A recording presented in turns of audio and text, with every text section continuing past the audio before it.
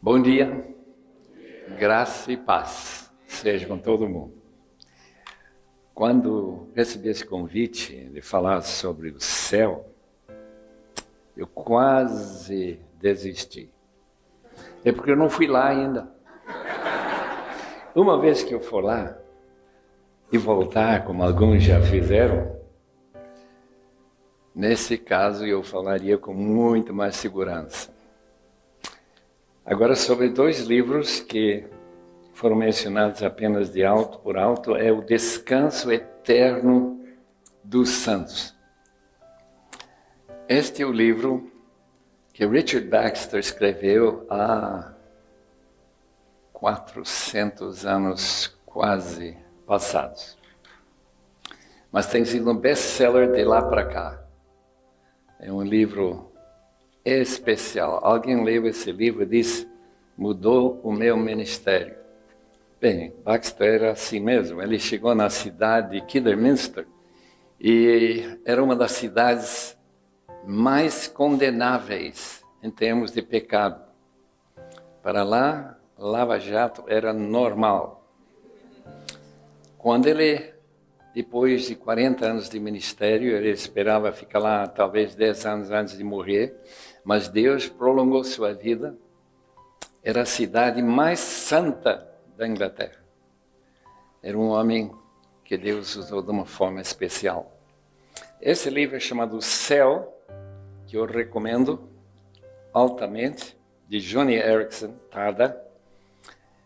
É um livro que uma pessoa que tem 40 anos de cadeira de rodas e que espera no futuro, ao ser transferido desta vida para outra, que ela recuperará suas pernas, seus braços, porque ela é quadriplégica, e terá alegria de novamente poder andar, brincar e correr lá no paraíso. Então ela tem pensado muito sobre o céu. E o livro é altamente recomendável. Ambos desses livros têm desconto de mais ou menos 40%. A lista de preços não chegou para me dizer quanto que é, mas esse deve estar em 25% e outro também mais ou menos 25%. Mas se não tiver dinheiro, leva de graça. Não. Para o dinheiro não vai se usar no céu, eu estou chegando lá, não vou precisar. Graças a Deus.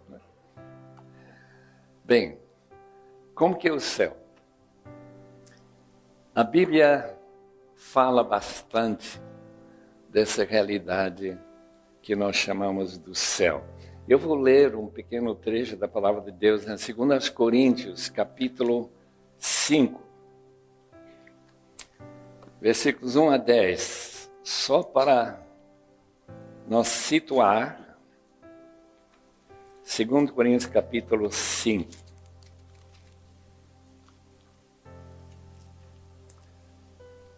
Há uma divergência de interpretação sobre esse texto muito grande. Meu colega que me levou até Edimburgo para fazer doutorado, ele interpretou esse texto completamente diferente do que eu interpreto. Então, vamos ter que esperar para lá para ver quem está certo. Ele já está lá, ele já sabe que é a melhor maneira de interpretar esse texto. Diz assim: sabemos que, se for destruída a temporária habitação terrena em que vivemos, temos da parte de Deus um edifício, uma casa eterna nos céus, não construída por mãos humanas. Enquanto isso, gememos, desejando ser revestido de nossa habitação celestial. Porque estando vestidos, não seremos encontrados nus. Pois enquanto estamos nesta casa, gememos e nos angustiamos, porque não queremos ser despidos, mas revestidos da nossa habitação celestial, para que aquilo que é mortal, seja absorvido pela vida. Pois Deus que nos preparou para esse propósito, dando-nos o Espírito como garantia do que está por vir. Portanto, temos sempre confiança e sabemos que, enquanto estamos no corpo, estamos longe do Senhor, porque vivemos por fé e não porque le vemos.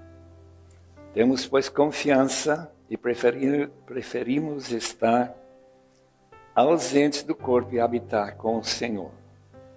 Por isso temos o propósito de lhe agradar, quer estejamos no corpo, quer o deixemos. Pois todos nós devemos comparecer perante o tribunal de Cristo, para que cada um receba de acordo com as obras praticadas por meio do corpo, quer sejam boas, quer sejam más.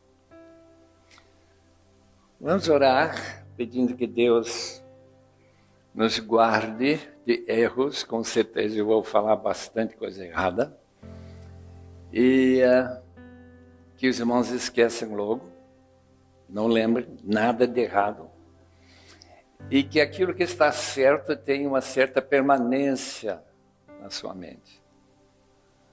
Nós vamos orar para que Deus também nos oriente em falar sobre aquilo que é mais importante e deixar de lado aquilo que é menos importante.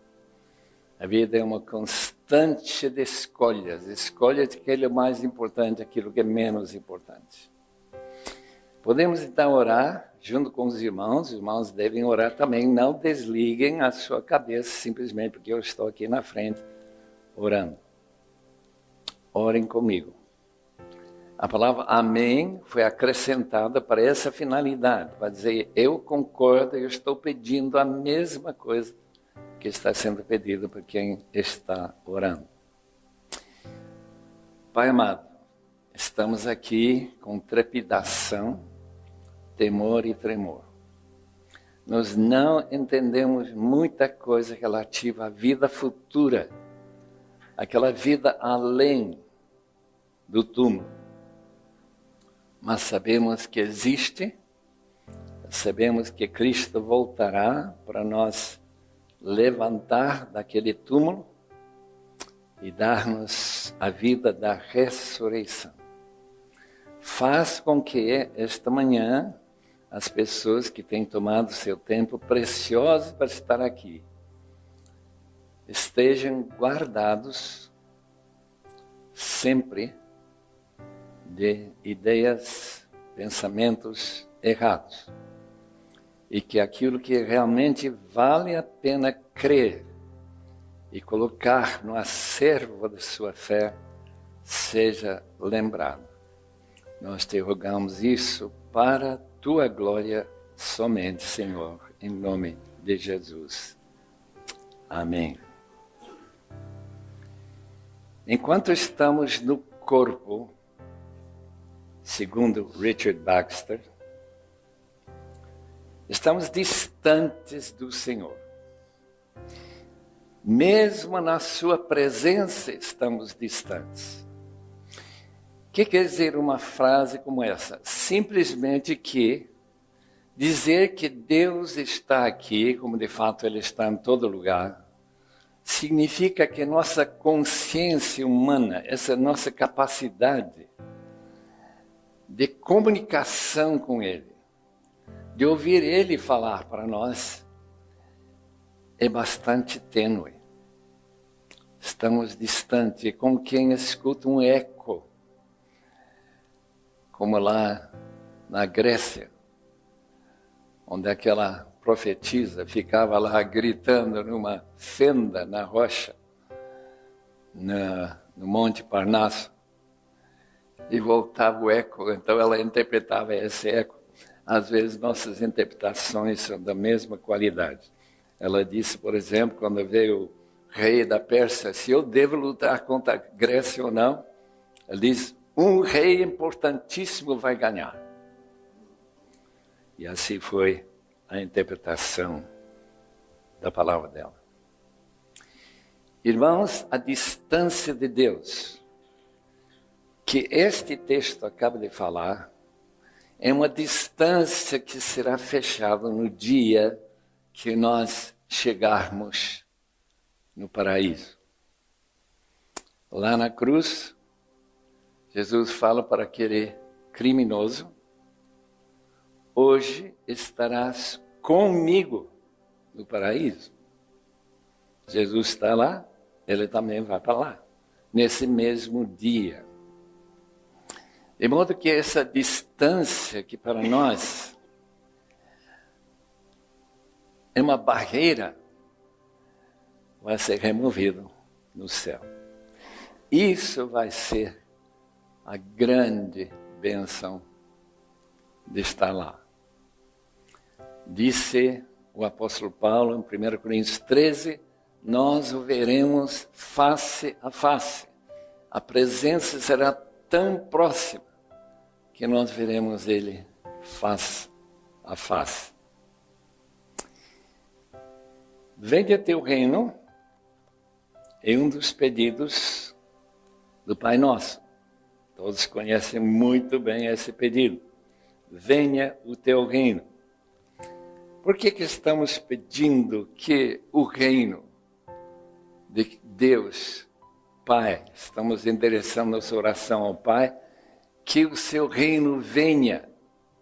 É porque justamente não se vê Deus reinando claramente, a não ser na regularidade das estrelas, do sol e todas as outras bênçãos, das estações, da mudança de dia após dia. Tudo isso nós vemos Deus regulando, mas os eventos no mundo, isso que esperamos que mude bastante com a volta de Cristo.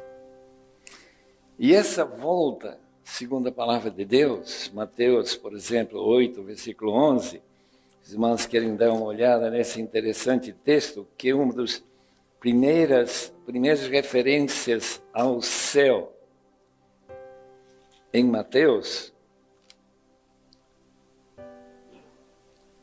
Mateus 8, 11.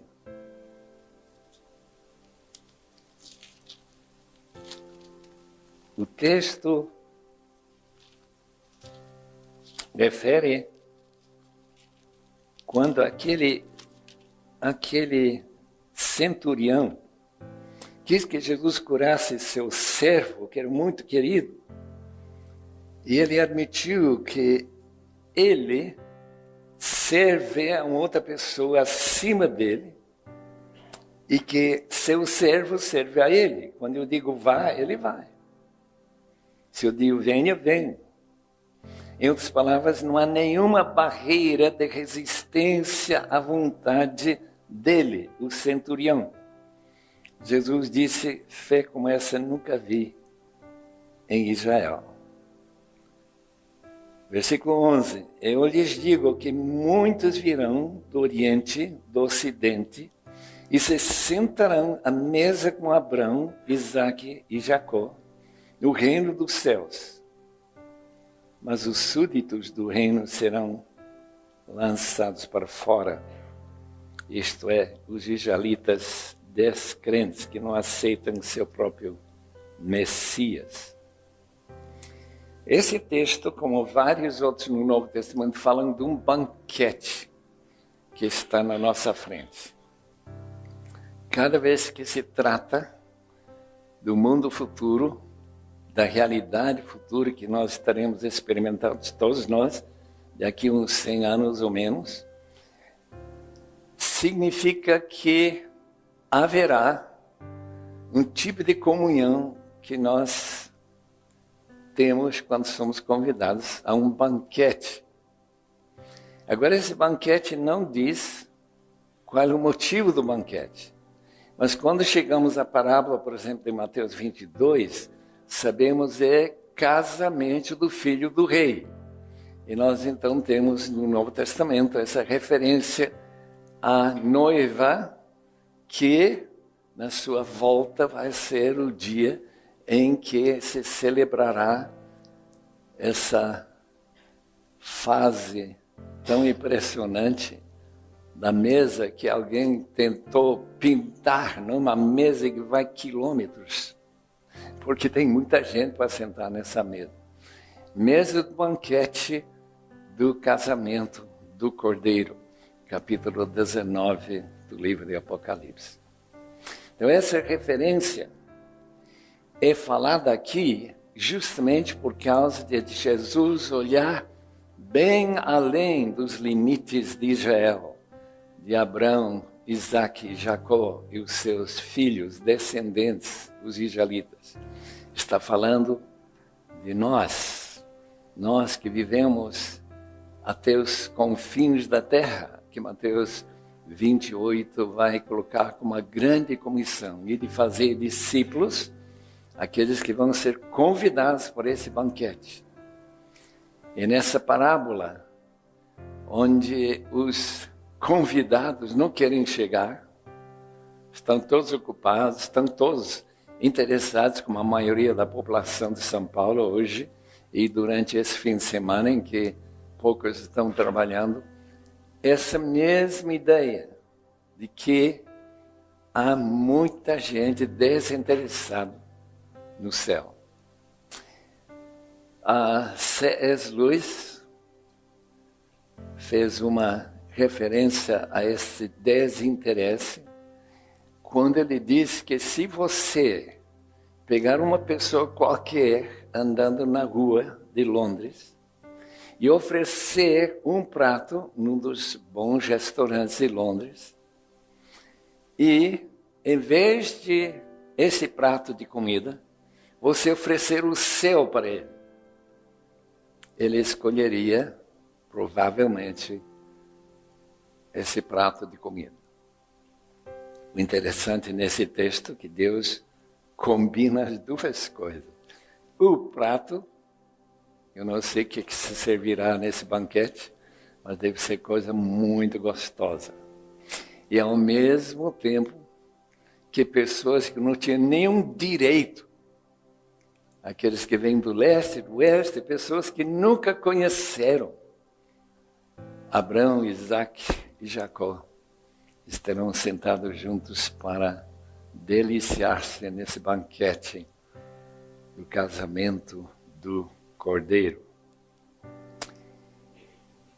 Em Lucas 19, já mencionamos que... Não mencionamos essa. Na parábola das minas, aquele servo que ganhou 5 minas e logo dobrou aquilo que recebeu, quando o seu mestre volta, ele tem umas palavras a recomendá-lo da seguinte forma: muito bem, meu bom servo, respondeu seu senhor, por ter sido confiável no pouco, governa sobre 10 cidades. O seu senhor respondeu, também você encarrega-se de 5 cidades, isto é para o servo que ganhou mais 2 talentos. O interessante nesse texto, para mim, essa referência a governar, ou ser prefeito, não sei o que, de 10 cidades. Que cidades? Haverá cidades no céu? Haverá realidades que nós nunca imaginamos, que a Bíblia não menciona, a não ser em textos como esse aqui? Eu não sei. São essas áreas de enigma que qualquer estudo sobre o céu se refere. Que a volta de Cristo vai envolver remanejamento do seu tempo, de sua responsabilidade, aquele que foi confiável no pouco. Qualquer coisa que fizemos aqui nesse mundo é muito pouco em comparação com aquilo que nós aguardamos na volta de Cristo. Será que está falando do milênio? Mas logo que tem tantos servos, que tem servido bem numa cidade suficiente para tantos servos pegar 10 cidades. Então vamos ter que ver e colocar isso lá numa prateleira, onde é para descobrir depois, como tantas outras coisas. Nesse texto de Lucas 23, 43, hoje estarás comigo no paraíso, nós entramos noutra área de bastante dúvida. Como que é o paraíso? A palavra paraíso é uma palavra persa que significa jardim. Será o que neste muito interessante livrinho, Visões Além do Véu, H.A. Baker foi missionário junto com a esposa num orfanato na China, antes dos comunistas expulsar todos os missionários.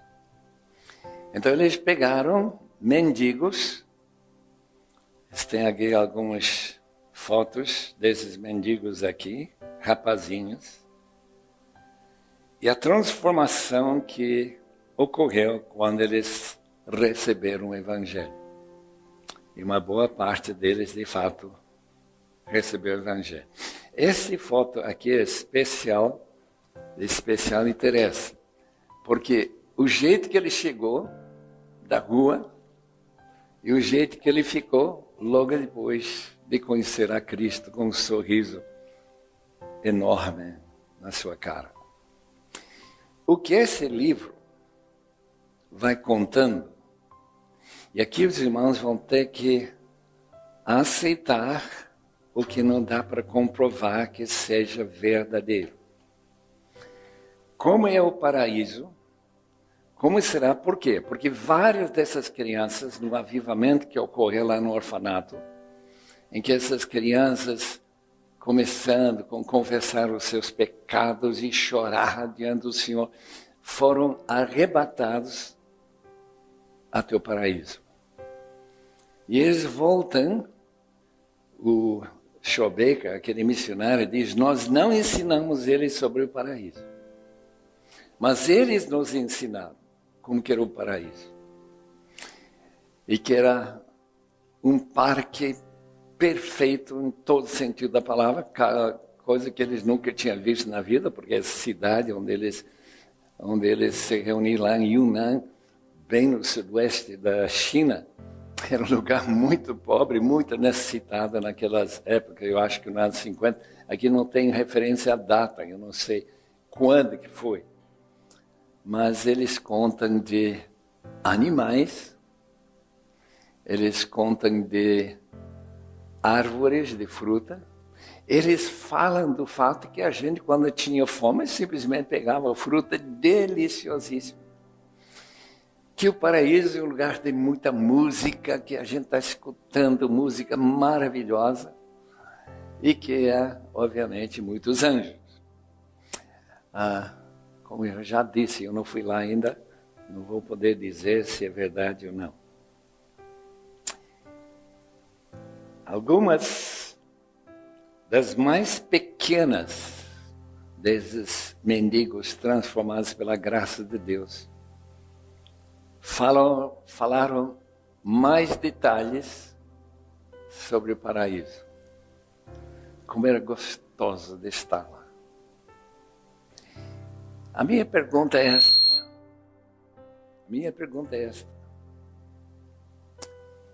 Esse estar no paraíso ou no céu, antes da ressurreição do corpo na volta de Cristo,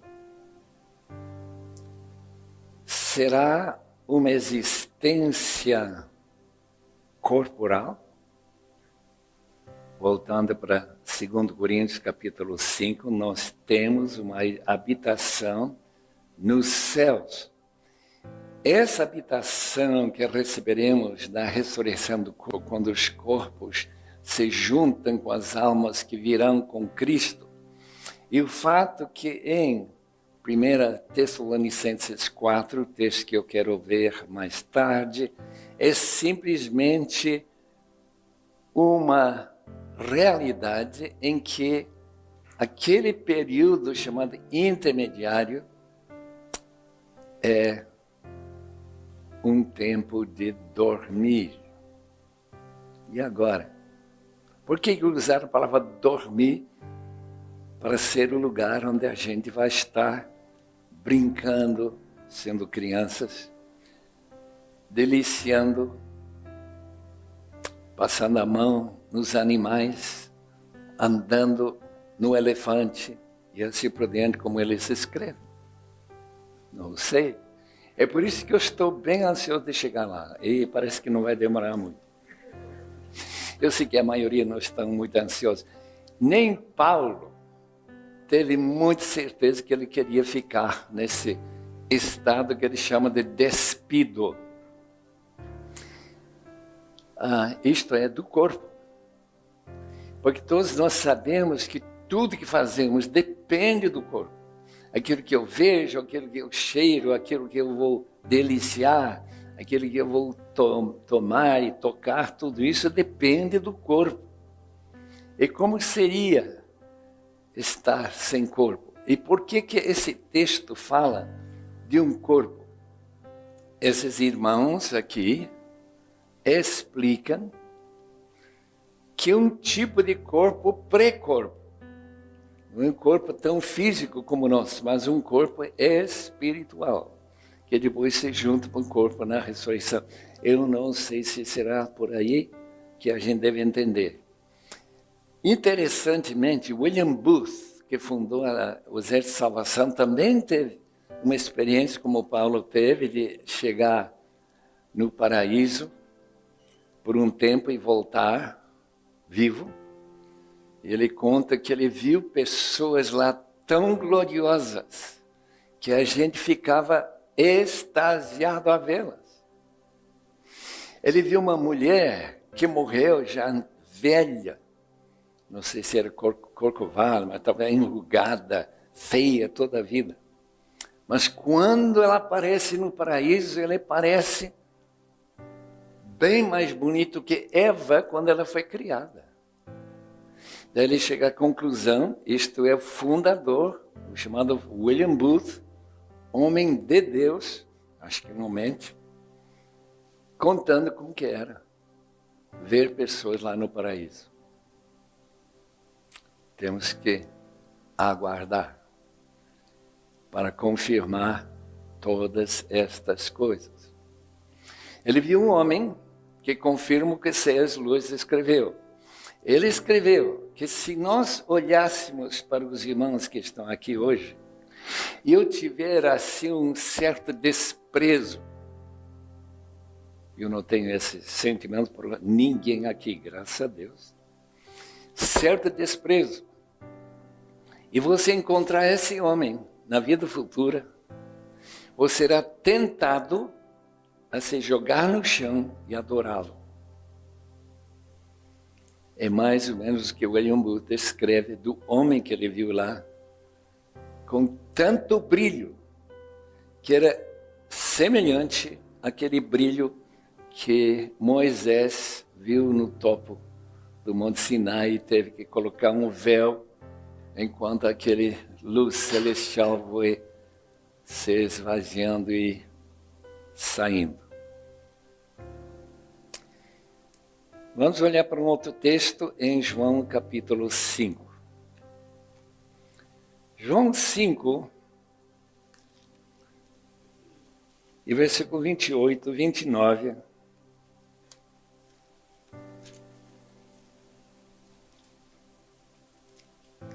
(28 e 29). Diz o seguinte: não fiquem admirados com isto. Esta cura daquele homem do tanque de Betesda. Porque está chegando a hora em que todos os que estiverem nos túmulos ouvirão a sua voz, a voz do Filho do Homem, e sairão. Os que fizeram o bem ressuscitarão para a vida. E os que fizeram o mal ressuscitarão para serem condenados. Por mim mesmo, nada posso fazer. Eu julgo apenas conforme ouço. Jesus está em subordinação ao Pai. Meu julgamento é justo, pois não procuro agradar a mim mesmo, mas aquele que me enviou. Sairão do túmulo, ressuscitarão para a vida. A impressão que eu tenho quando eu leio isso é que pessoas que já foram, a minha mãe deixou esta vida em 59, no mês de setembro, em Cochabamba. Ela está sepultada, quer dizer, o corpo dela está sepultado em Cochabamba, num nicho. Eu fui lá ver com os meus olhos. Meu pai faleceu em 78, era missionário na Bolívia, como a grande maioria dos irmãos já sabem. Então, esses indivíduos, que eu não tenho a mínima dúvida, ressuscitarão para a vida. Mas em que sentido, então, que nós podemos olhar para o paraíso como vida? Quando Jesus disse para aquele criminoso, hoje estarás comigo no paraíso. A minha pergunta é esta. Mas ele está consciente do fato que ele está com Jesus? Ele vai estar deliciando dos benefícios do paraíso, como este livro descreve, e que aquelas crianças que voltaram para escrever como que é para os seus cuidadosos missionários que cuidaram deles. Essa pergunta. Tanta pergunta surge quando a gente começa a estudar o céu. Como que é esse céu? Randy Alcorn, num livro recente que ele escreveu bem amplo sobre o céu, ele diz que nós não devemos imaginar que o céu é nosso destino. Nosso destino não é o céu. Nosso destino é esta terra reciclada, chamada Nova Terra. Por quê? Porque estaremos com corpos. Ressuscitar significa ressuscitar no seu corpo. E estar consciente de todas essas capacidades que o corpo tem. Eu não sei como que os anjos sentem, eu não sei nada sobre como que é viver desincorporado como os anjos. Mas eu sei como que é viver no corpo, porque já estou aqui há um bom tempo, no corpo. E que a esperança da ressurreição, ao ouvir a voz do Filho do Homem, em capítulo 5 de João, é ressuscitar para a vida. E não estarmos mais dormindo. O que significa isso? Quando chegarmos em 1 Tessalonicenses capítulo 4. Novamente, ignorância, irmãos. Ignorância. A mesma palavra em João 11, quando Jesus, falando com Marta, disse, eu sou a ressurreição e a vida. Quem crê em mim, ainda que morra, vai para o sepulcro, como minha mãe, meu pai, ressuscitará. Isto é, para a vida. E quem crê em vive-me, não morrerá nunca. Então, há duas maneiras de olhar para essa palavra morte, e que significam totalmente opostas ideias. A ideia de reviver dentro do corpo, alguma coisa que, segundo Randy Alcorn, é para esta vida humana na Terra. E aquela vida que não acaba e que se chama dormir. Lázaro, capítulo 11 de João, está dormindo. Não sei. Essa palavra me intriga. Sabe por quê? Porque eu não encontro ideias católicas no Novo Testamento, na Bíblia, sobre esse período intermediário de atividades. Os santos, Maria, todos envolvidos com atividade, especialmente em implorar que Jesus faça alguma coisa em favor de outras pessoas, uma espécie de teologia da prosperidade. Nada disso a gente encontra. Estar com Cristo, sim, que Paulo diz em Filipenses, é muito melhor estar com Ele. Mas não diz que a gente terá alguma atividade. Eu quero, mais tarde, examinar capítulo 12 de Hebreus.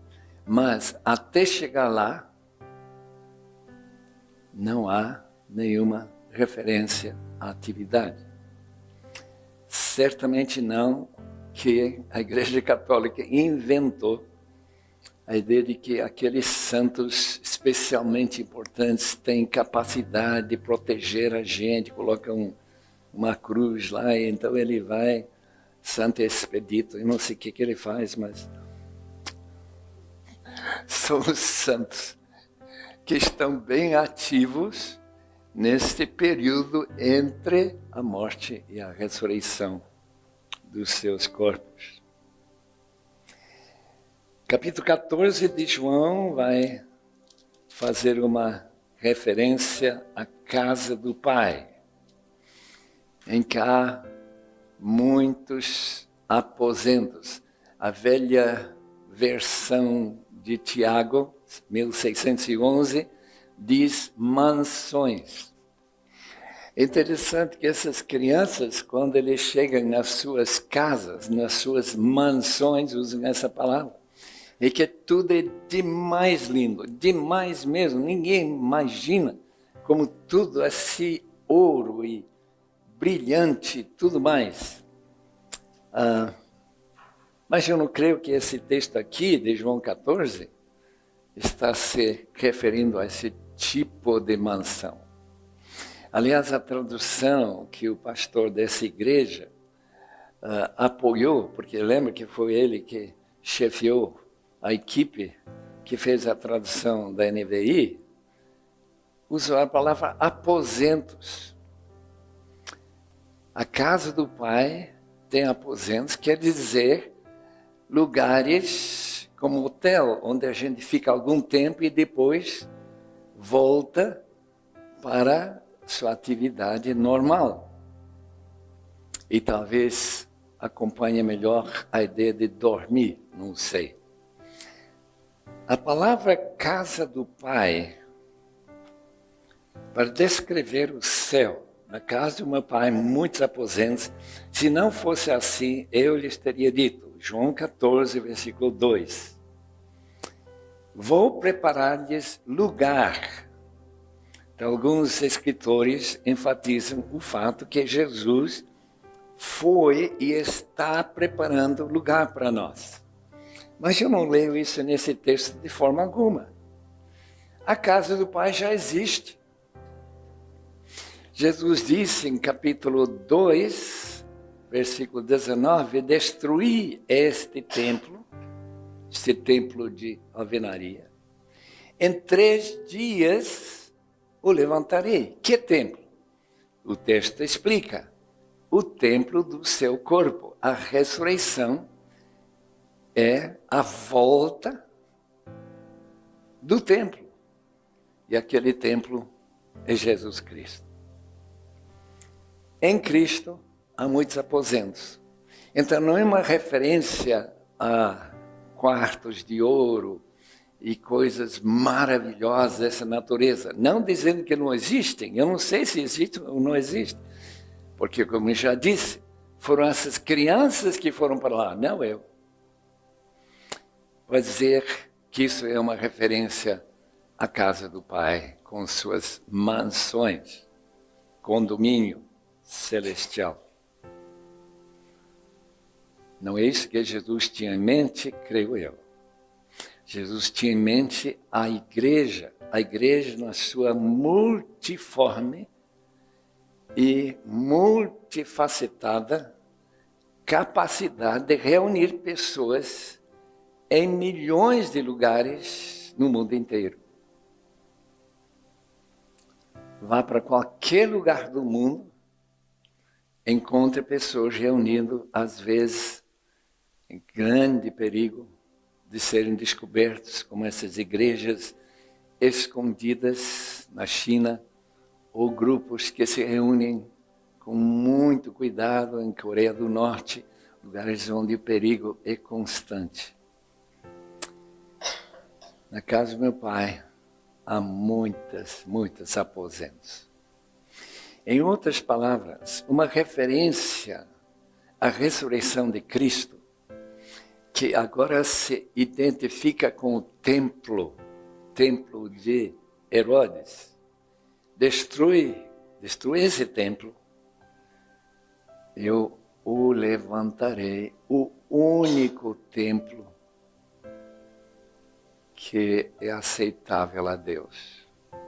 O fato que Israel quer construir mais um templo não me impressiona nem um pouco, porque o texto é muito claro que o templo é Jesus Cristo.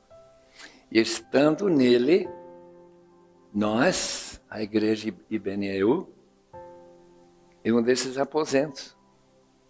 É uma dessas, se quiser usar o velho Tiago, rei Tiago, veja 1 Coríntios capítulo 3, versículo 16, onde Paulo fala diretamente, especificamente, que a igreja de Corinto é um templo, é o templo, o santuário de Deus.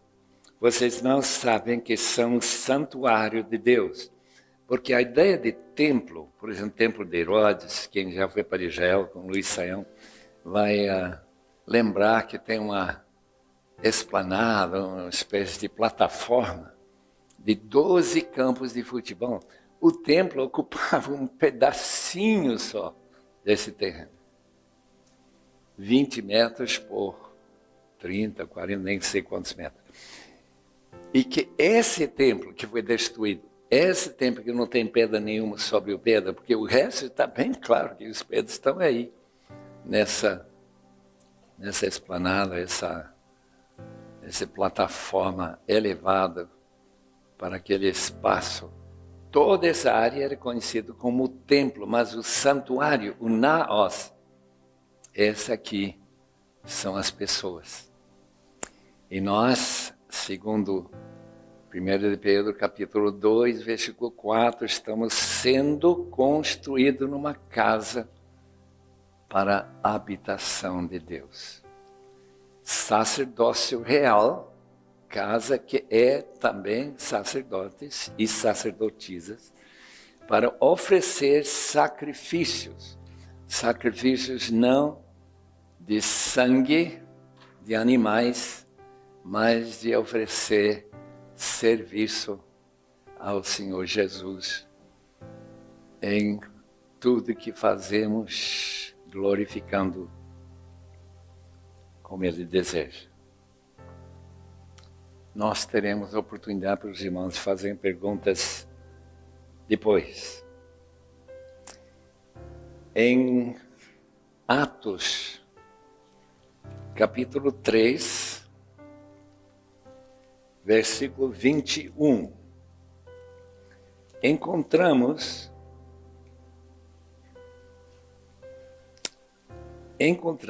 uma referência a esse período celestial que é descrito da seguinte maneira: é necessário que Jesus permaneça no céu até que chegue o tempo em que Deus restaurará todas as coisas. A restauração de todas as coisas, na mente de Pedro, com certeza refere-se, minha opinião, é de um novo céu e nova terra. Ele permanecerá até ele voltar.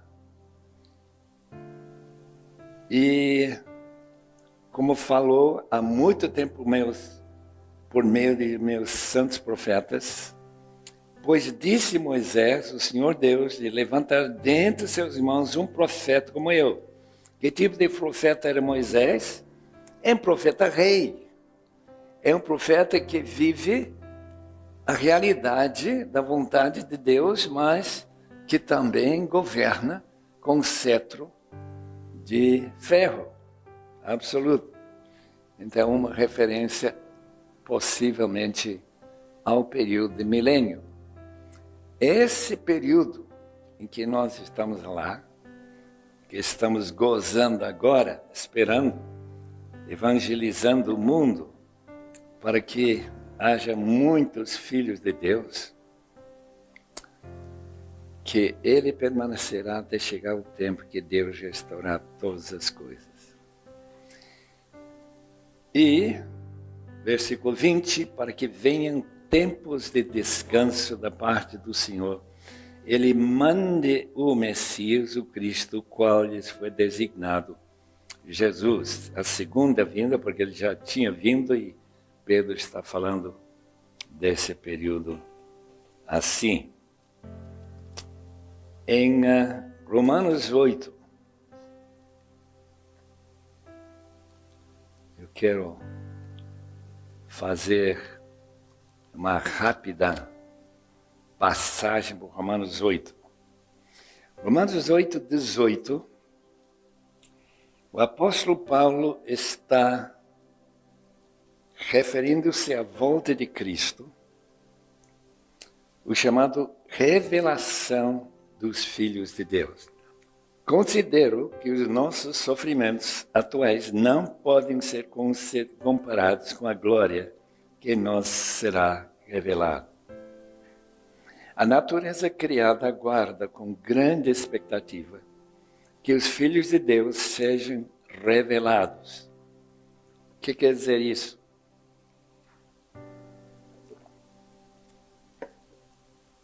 Quando a gente anda pelas ruas de São Paulo, lá no centro, ninguém olha e vê que algumas pessoas lá são gloriosas. Diferentemente de gente comum que não é gloriosa.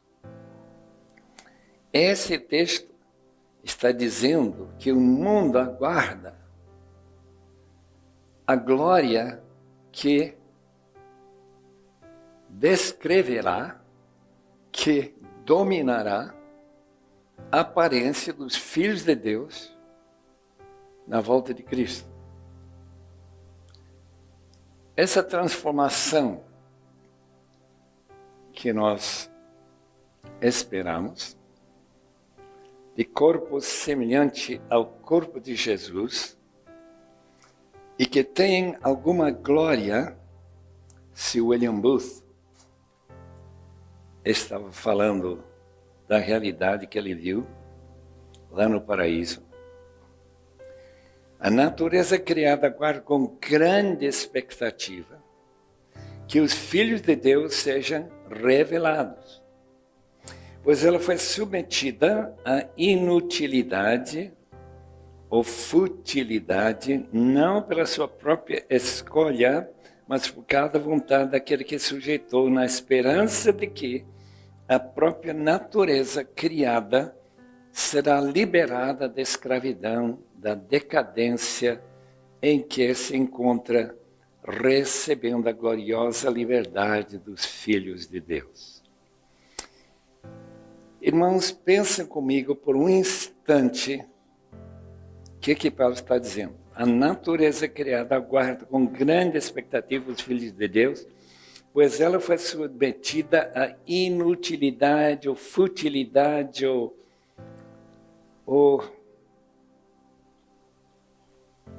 à tremenda frustração. Pense bem, todos nós começamos a vida criança, tanto trabalho que a gente deu para os pais.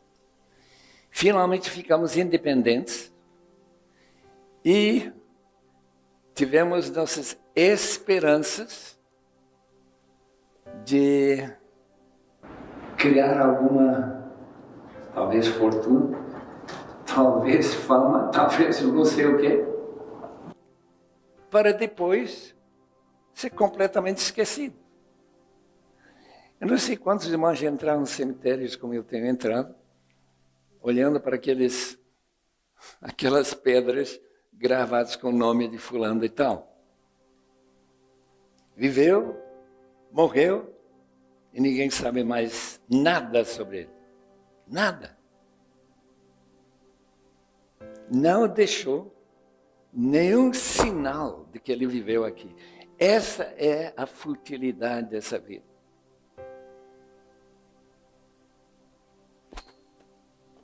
Não sei que você fosse Einstein. Então você deixa a fórmula que vai fazer a bomba atômica, que vai ser parte da última guerra. E vai matar não sei quantos milhões de habitantes da Terra. Em outras palavras, se não for futilidade em termos de sua vida pessoal, vai ser futilidade em termos de o avanço que a gente esperava. A melhora. Nós estamos vivendo só durante a minha vida, ou se quiser incluir a vida do meu pai. Meu pai nasceu em 1896.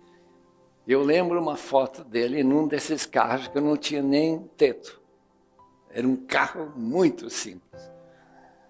Do ano 1903, ou 8, 10, eu não sei quando que ele estava sentado nesse carro quando tiraram essa foto. Agora os carros que estão estacionados aqui fora são super modernos. Elas acabaram com os problemas que aqueles carros velhos tinham, que eu lembro muito bem, dos anos 30. Eu tinha uma caminhoneta que acredita que freios mecânicos. Eu levei uma mudança para um professor de Wheaton College para Colômbia, Carolina do Sul, e quando eu cheguei no monte para descer, eu não podia parar. Esse caminhão foi descendo e eu disse, poxa, e se quebrar? O que eu vou fazer? Esse cabo que estava tentando, graças a Deus que eu fui às 1, 2 horas da madrugada, não encontrei ninguém, eu não tinha que passar ninguém para entrar no barranco ou dar uma volta no outro lado da estrada. Futilidade, o cemitério é o fim de todos nós. Até chegar o dia da revelação dos filhos de Deus. Essa é a razão dessa igreja existir, de missionários estarem em lugares tão complicados e difíceis como Uganda, Angola, outros lugares difíceis deste mundo. Glorioso. William Booth, quando ele olhou para aquele indivíduo lá no paraíso, ele diz que ele ficou extasiado. Foi deslumbrado, foi algo que foi possível de descrever em termos de glória. Se de fato a minha esperança de estar aqui na Terra durante o milênio, com o corpo ressurreto, e governando uma pequenina cidade no interior de São Paulo, não sei, 10 cidades não.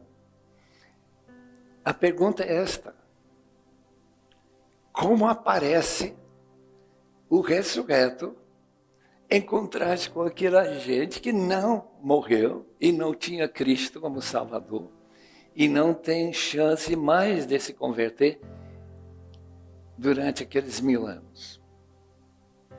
Vamos ver, né? Quem que vai ser? Mas segundo este texto, a impressão que eu tenho é que a gente vai ser realmente glorioso. E que os mundanos não terão nenhuma dificuldade em obedecer e querer impeachment de você, que está governando 5 cidades, ou quantos você vai ganhar para cuidar. Pessoas gloriosas, pessoas que refletem, se William Booth está certo, a glória celestial andando na terra. A glória de anjos, não sei quantos irmãos têm falado com pessoas que têm visto anjos, e sempre luz aparecendo. Deus é luz, e aqueles que vivem nesta luz, essa conexão, essa proximidade de Deus, serão gloriosos, segundo nosso texto. O que mais nós encontramos aqui? A escolha da maldição deste mundo foi feita por Deus. Ele que a sujeitou, na esperança de que a própria natureza será libertada da escravidão, da decadência em que se encontra, recebendo a gloriosa liberdade dos filhos de Deus. Qual é essa liberdade? A liberdade gloriosa de que você vai poder fazer alguma coisa que vale a pena fazer sem cansaço nenhum, apenas puro prazer. Puro prazer.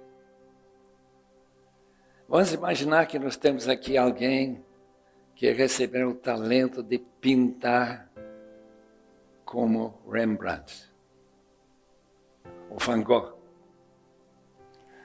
Eu vivi na casa de um senhor Widener, quando era seminarista. As pinturas que ele tinha nessa casa hoje valem até 100 milhões de dólares cada uma. Até 100 milhões. Um quadro só. Então você vai pintar um quadro como esse. Já pensou? E esse quadro vai ser reconhecido por todo mundo. Foi pintado por uma pessoa gloriosa. Uma pessoa com talento, uma pessoa que fez algo que não será condenado à futilidade. Eu estou aguardando isso com bastante ansiedade. Glória a Deus.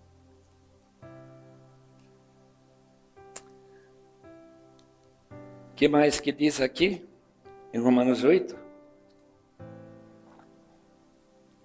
Sabemos que toda a natureza criada geme até agora, como em dores de parto.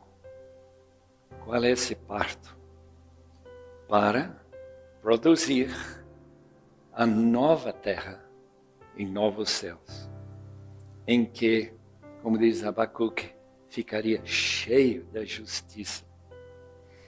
E versículos 38, 39 de capítulo 8 de Romanos: pois estou convencido que nem morte, nem vida, nem anjos, nem demônios, nem o presente, nem o futuro, nem quaisquer poderes, nem altura, nem profundidade, nem qualquer outra coisa na criação será capaz de nos separar do amor de Deus que está em Cristo Jesus, nosso Senhor. Essa frase, que nem morte pode separar-nos de Deus. Como é que estar morto e estar junto com Deus? Esse é o privilégio que o cristão verdadeiro, regenerado, salvo pela graça de Deus terá. Em outras palavras, se a ideia de dormir significa dormir em termos de tempo, que o tempo vai passar muito rápido, 1000 anos num só dia, se for essa a mudança vai ocorrer depois de eu morrer, a volta de Cristo vai ser sempre breve, eu venho logo, logo, logo. Todo o texto que fala sobre a volta de Cristo ele virá logo. Então virá logo para alguns e para outros vai demorar mais 1000 anos, quem sabe 500 anos, eu não tenho ideia. Mas o fato de que a morte não pode separar-nos de Deus, nem vida, quer dizer que a gente irá comunhão, mesmo naquele sono, se existe, da alma.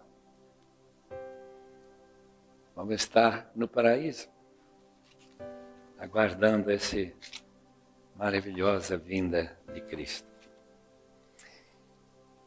Como está nosso tempo? Eu não marquei.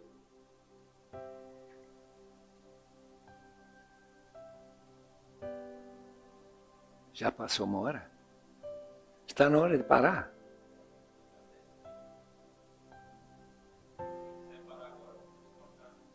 Mas não era 1 hora, depois parar, depois mais 1 hora?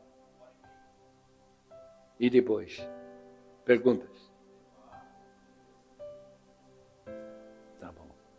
Vai ter bastante pergunta, eu sei. Porque eu tenho bastante pergunta também. Muito bem. 1 Coríntios 2,9. 1 Coríntios 2,9.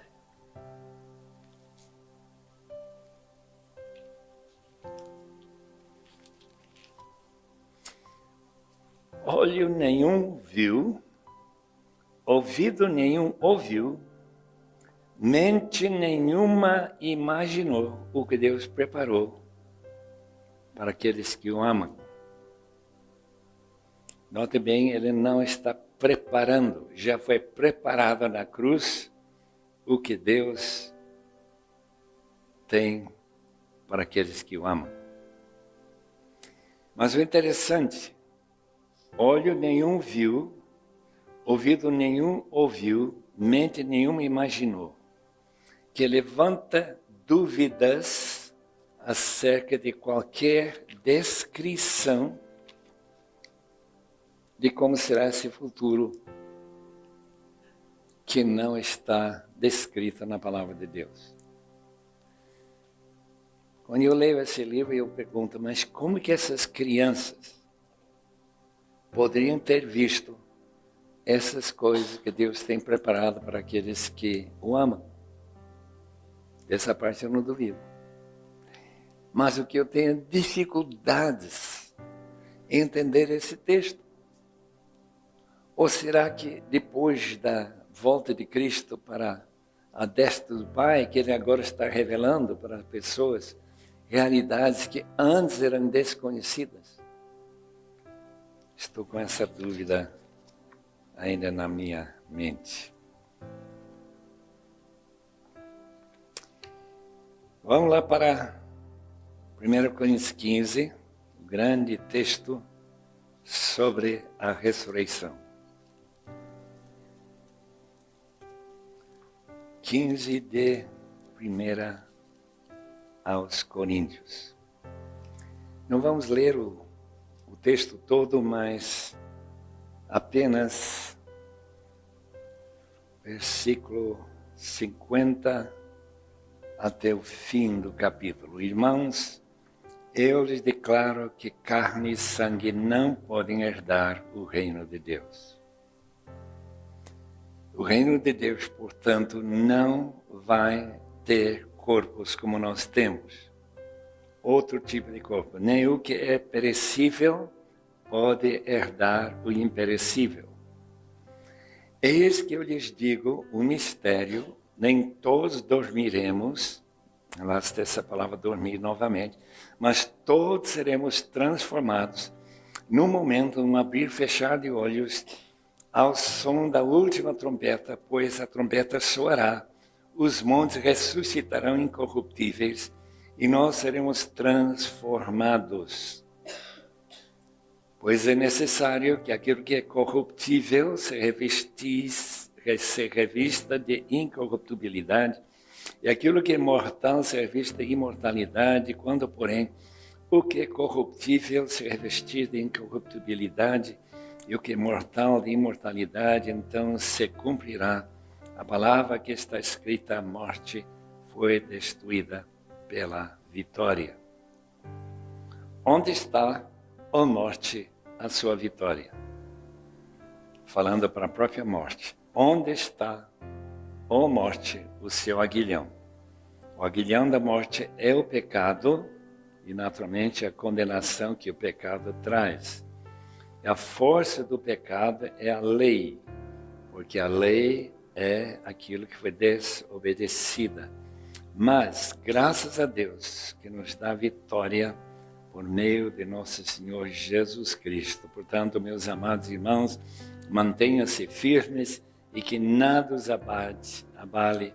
Sejam sempre dedicados à obra do Senhor, pois vocês sabem que no Senhor o trabalho de vocês não é inútil.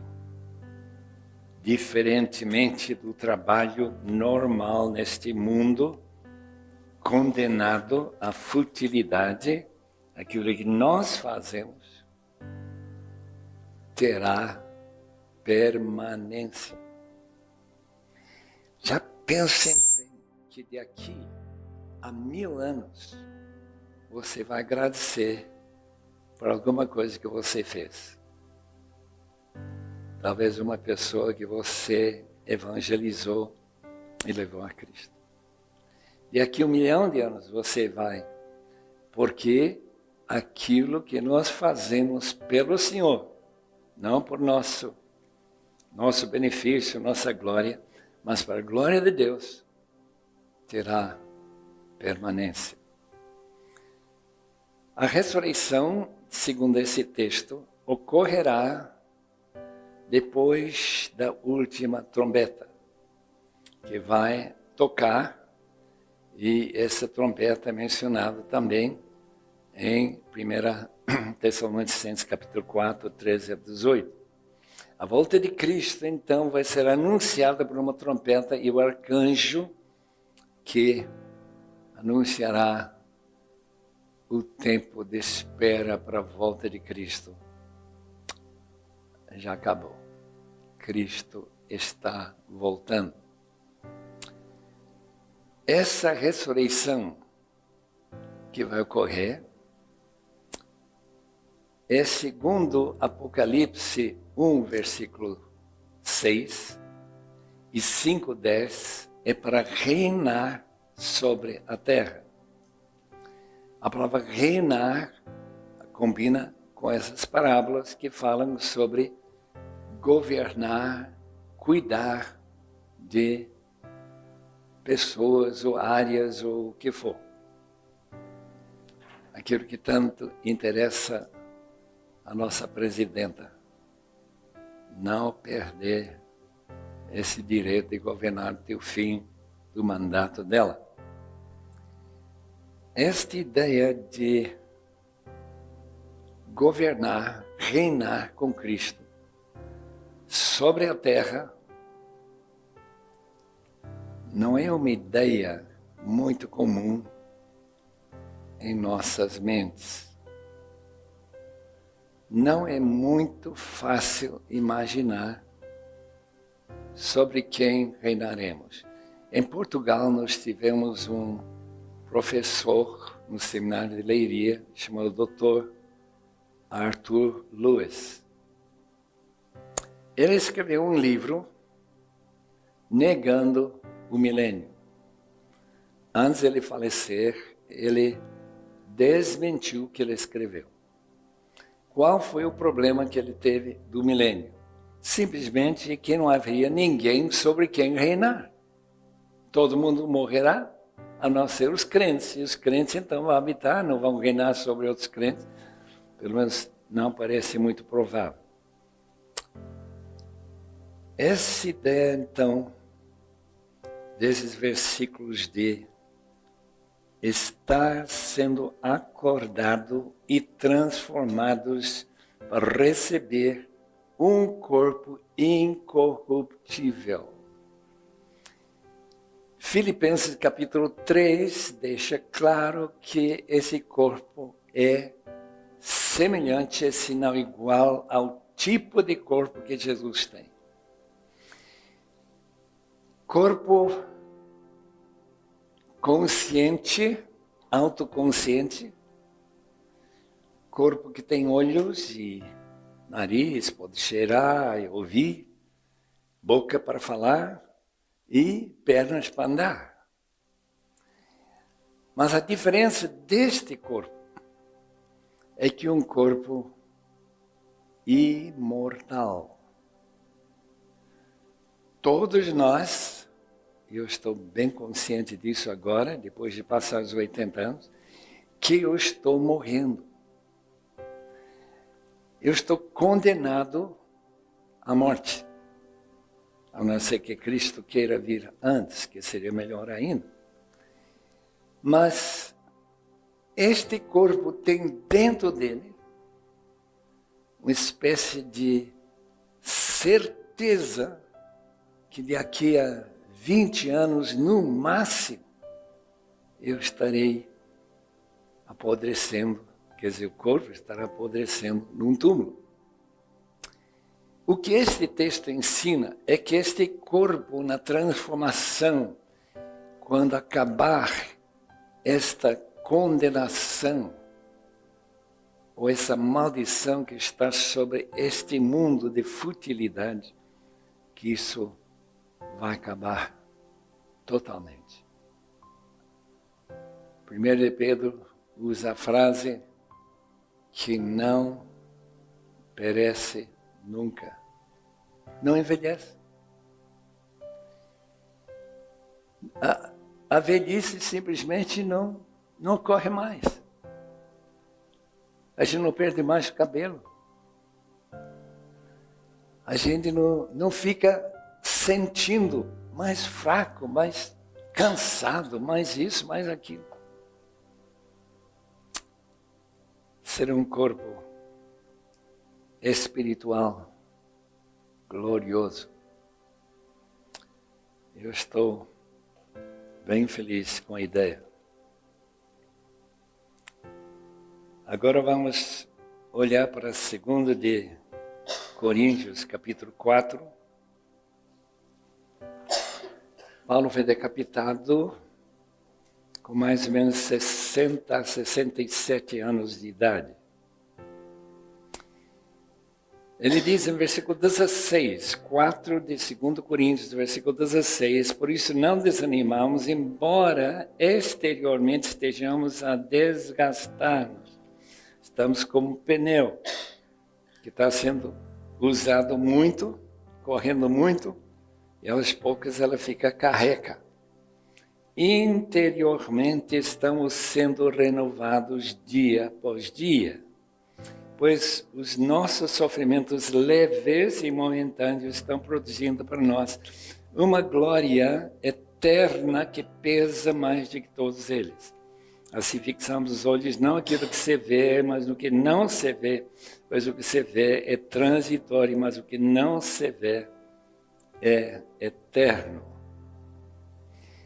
Muito bem, notem bem uns pontozinhos nesse texto. Primeiramente, que os sofrimentos, sendo açoitado, e todas as outras descrições de 2 Coríntios capítulo 11, 23 em diante, todos aqueles sofrimentos estão produzindo uma glória eterna que pesa mais do que todos eles. Os irmãos não pensam muito em glória como pesado, porque nós pensamos mais como luz ou alguma coisa que não tem peso nenhum.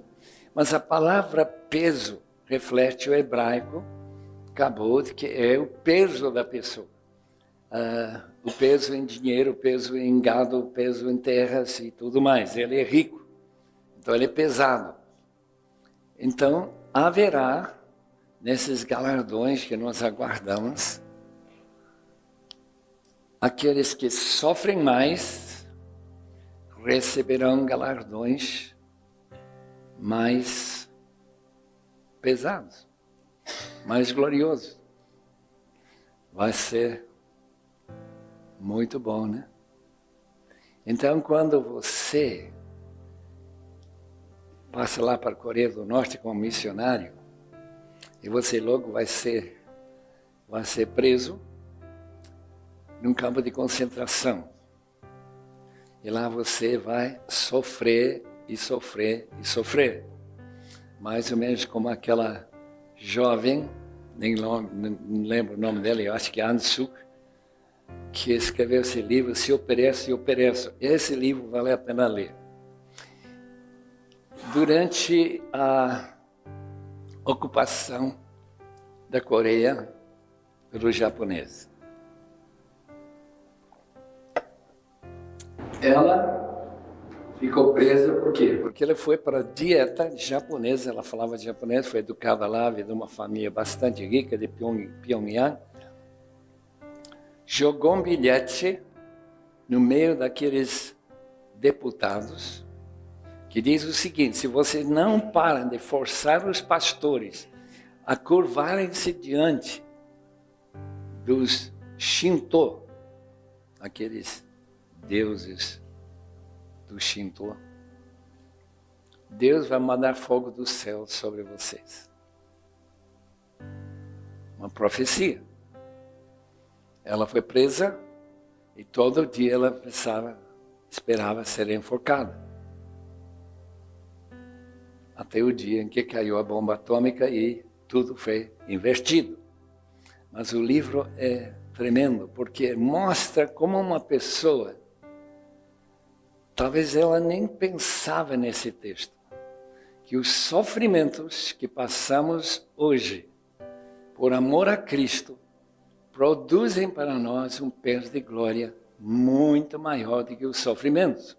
São leves, são momentâneas, enquanto o peso da glória é eterno.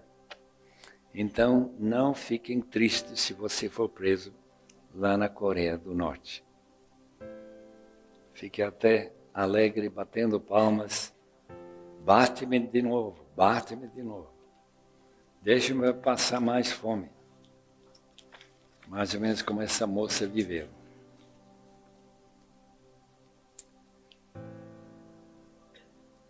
Efésios. Efésios não tem muito a dizer sobre o céu, além do fato de que, em capítulo 4, Jesus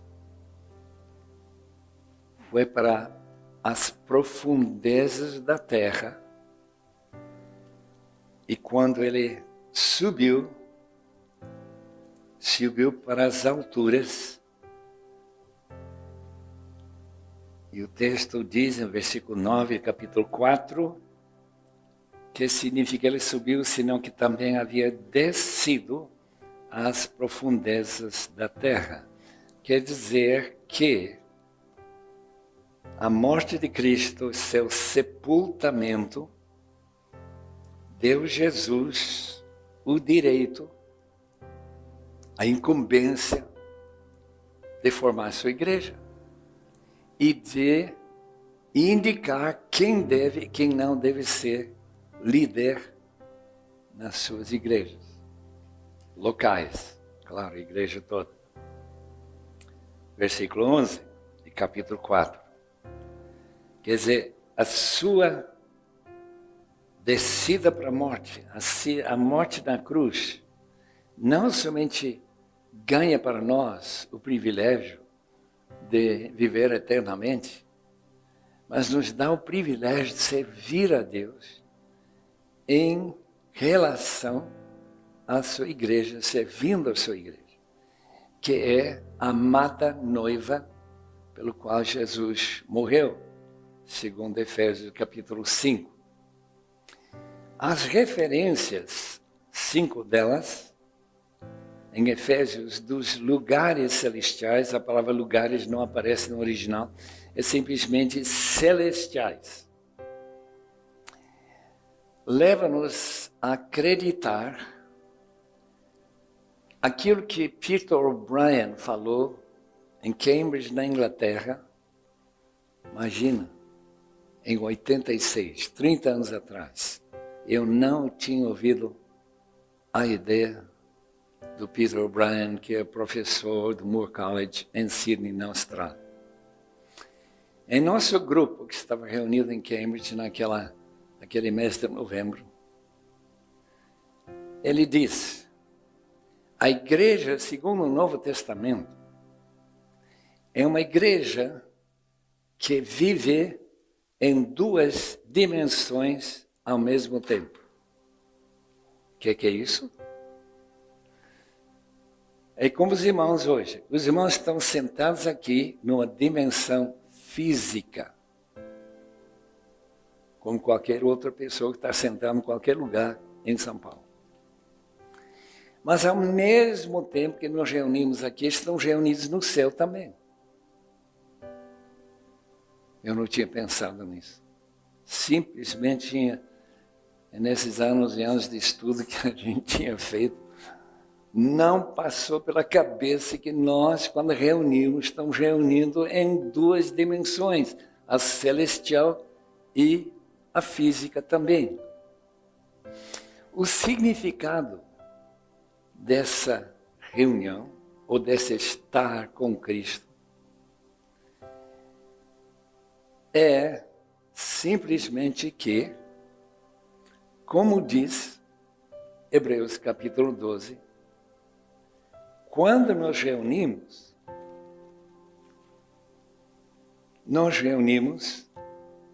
com todos os santos, vivos e mortos, ao mesmo tempo. Eu sei que não entra bem na sua cabeça, não entra bem na minha também. Mas eu vou ler o texto, os irmãos vão ver que é isso que diz, né? Capítulo 12 de Hebreus. Contraste com o Monte Sinai e o medo que o povo tinha. E disse até Moisés: estou apavorado e trêmulo. Versículo 22 de Hebreus 12. 22 de Hebreus 12. Mas vocês chegaram ao Monte Sião, a Jerusalém celestial, a cidade do Deus vivo. Chegaram aos milhares de anjos em alegre ou festiva reunião. A igreja dos primogênitos. Qual igreja é essa? Nós. Nós somos primogênitos, porque estamos ligados ao primogênito de Deus, cujos nomes estão escritos nos céus. Vocês chegaram a Deus, isso todo mundo sabe, juiz de todos os homens, os espíritos dos justos aperfeiçoados, lá estão os santos do Antigo Testamento, e aqueles que já morreram antes de nós, nos últimos 2000 anos, a Jesus, mediador de uma nova aliança, ao sangue aspergido, que fala melhor do que o sangue de Abel. Pode dizer de outra maneira, nossa reunião, quando reunirmos amanhã na casa do Senhor, vai ser uma reunião local e universal ao mesmo tempo. Não vamos confundir com a de Macedo, não. Estou apenas falando da universalidade desse texto. Estamos reunidos com os mortos, aqueles santos como Enoque, Noé, Josué, Moisés e todo mundo que estará conosco no céu e que nós pensamos que estão lá, mas estão reunidos conosco. E ao mesmo tempo, sem nós termos a capacidade de ver anjos, milhares de anjos, que eu creio que são milhões.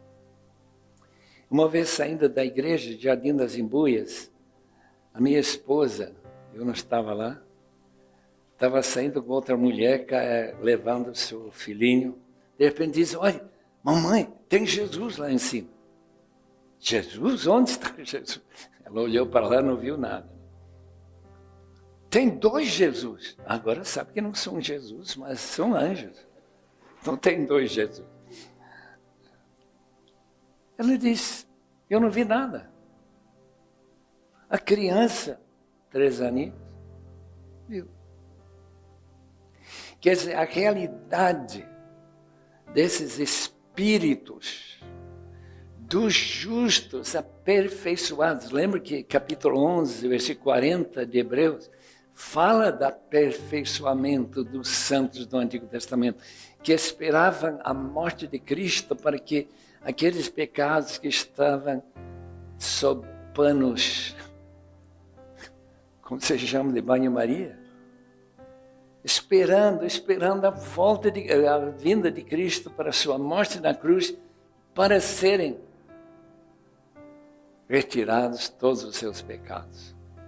Então eles se juntam conosco para adorar, junto com todos os santos contemporâneos de todos os países e nações do mundo, e para nós ouvirmos a palavra de Deus e para glorificar a Deus, de modo que quando Jesus voltar, ou quando nós irmos ante sua presença, nós não estranharemos em nada. Estou acostumado. Não é estranhar ver anjos lá, nenhum. Então, quando Efésios e Colossenses também tratam de esta experiência de adorar em 2 dimensões ao mesmo tempo, local, universal, é a Bíblia que dá essa base. Estamos em Cristo. Onde está Cristo? Ele está à destra de Deus. Onde está Deus? Está aqui, mas Ele está no céu. E a pergunta sempre será, mas como que é isso? E nós teremos que pensar com Van Hooser, que esteve falando para a gente lá em Águas Lindões, não sei quantos dos irmãos estiveram lá, quando ele vai descrever esta frase, estar em Cristo não é uma ideia de localização. Você não pode dizer, Cristo está aqui, eu estou nele. Usa-se essa palavra em Cristo para descrever sua autoridade, o ambiente em que ele reina, em que ele é real. E eu estou dentro desse ambiente, desta bolha quer dizer, transparente, em que Cristo está aqui, eu estou nele, você está nele, e daí vem nossa fraternidade, nosso amor uns pelos outros, porque estamos tão ligados ao Senhor Jesus Cristo. Filipenses capítulo 1, 27. Filipenses 1, versículo 27. Aquela igreja de italianos, né? Filipos era uma colônia italiana de soldados e descendentes do exército do famoso imperador Augusto César.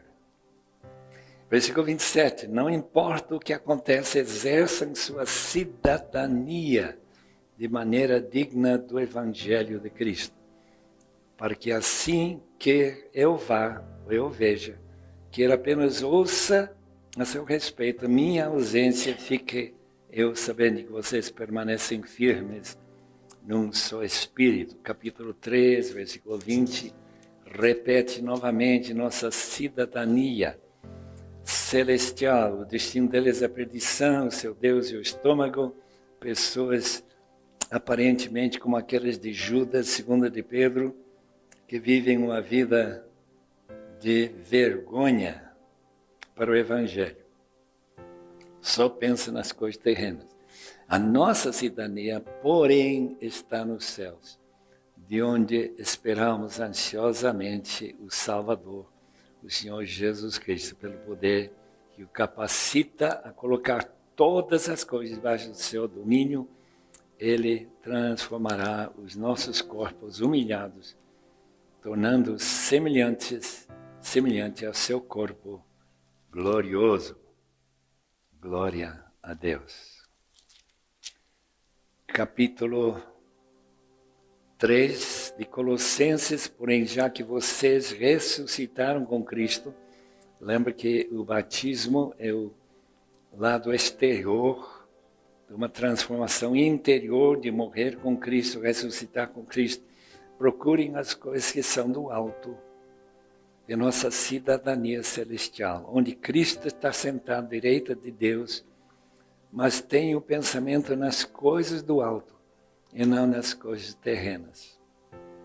Pois vocês morreram e agora a sua vida está escondida em Cristo, em Deus.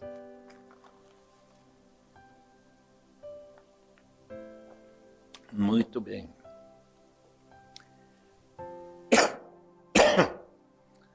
Gostaria de ler um pedaço de 1 Tessalonicenses 4, versículo 13 a 18. Irmãos, não queremos que vocês sejam ignorantes quanto aos que dormem. Essa palavra dormir agora aparece umas 3 vezes nesse texto. Para que não se entristeçam como os outros que não têm esperança. Se cremos que Jesus morreu e ressurgiu, cremos também que Deus trará, mediante Jesus e com Ele, aqueles que nele dormiram. Estão entendendo? Ele vai trazer aqueles que dormiram em Cristo. É uma frase que descreve os mortos crentes e que estavam perturbando muito a igreja de Tessalônica. Aparentemente, uma ou mais pessoas tinham morrido desde que Paulo passou lá, que foi muito recente, antes de escrever essa primeira carta aos Tessalonicenses.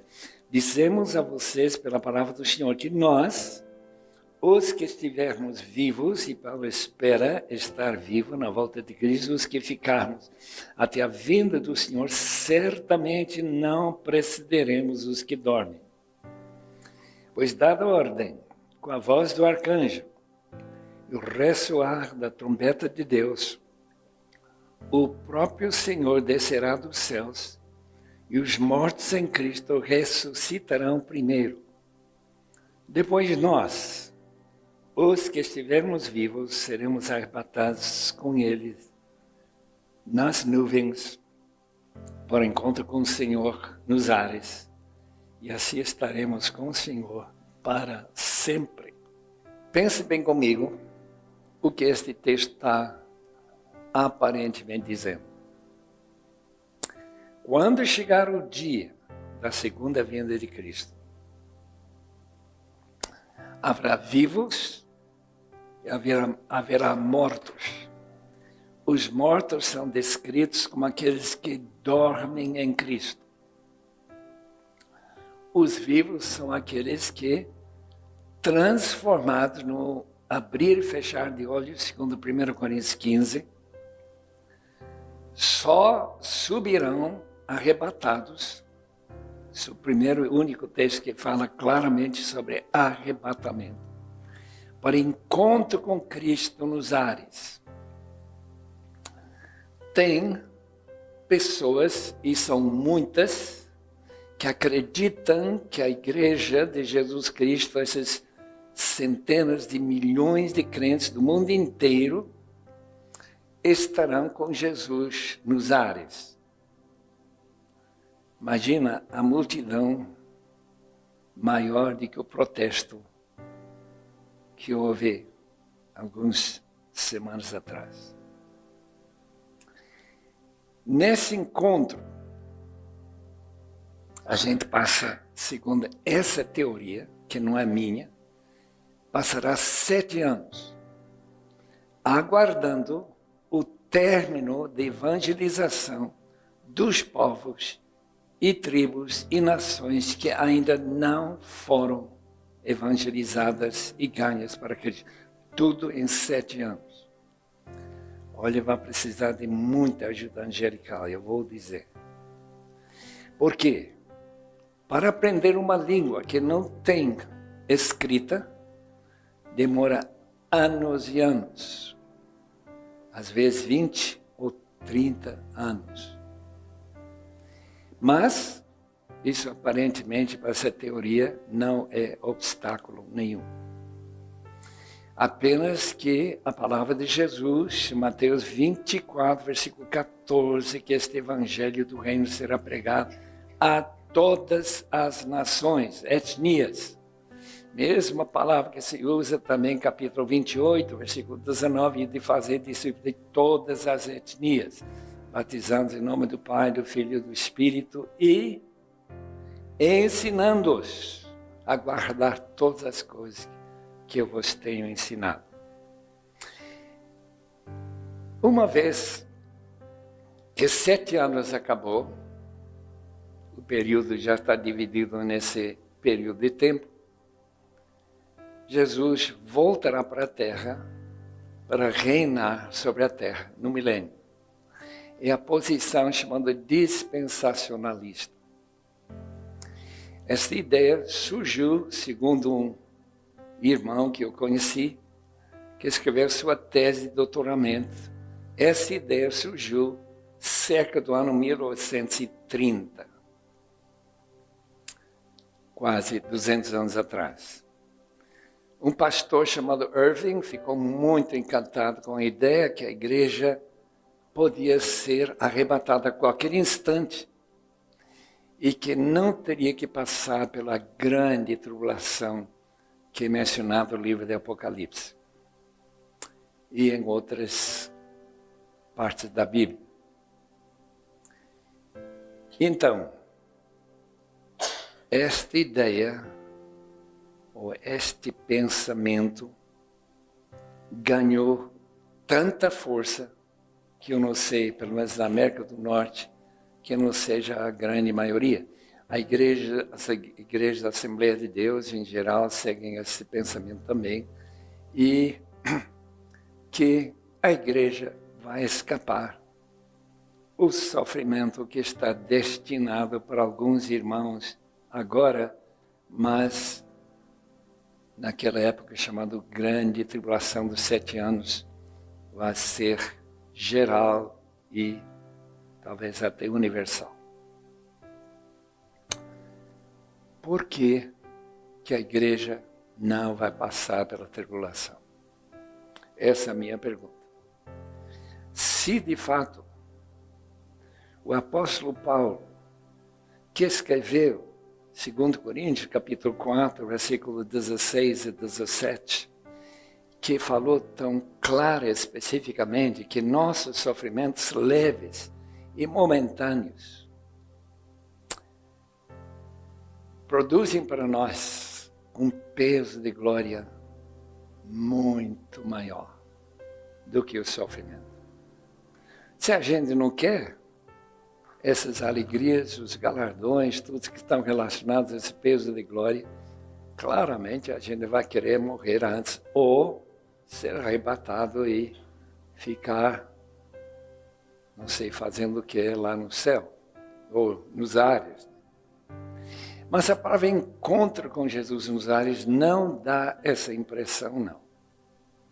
Essa é a mesma palavra que nós temos na parábola de Jesus, quando aquelas virgens recebem a notícia, o grito que o noivo está chegando.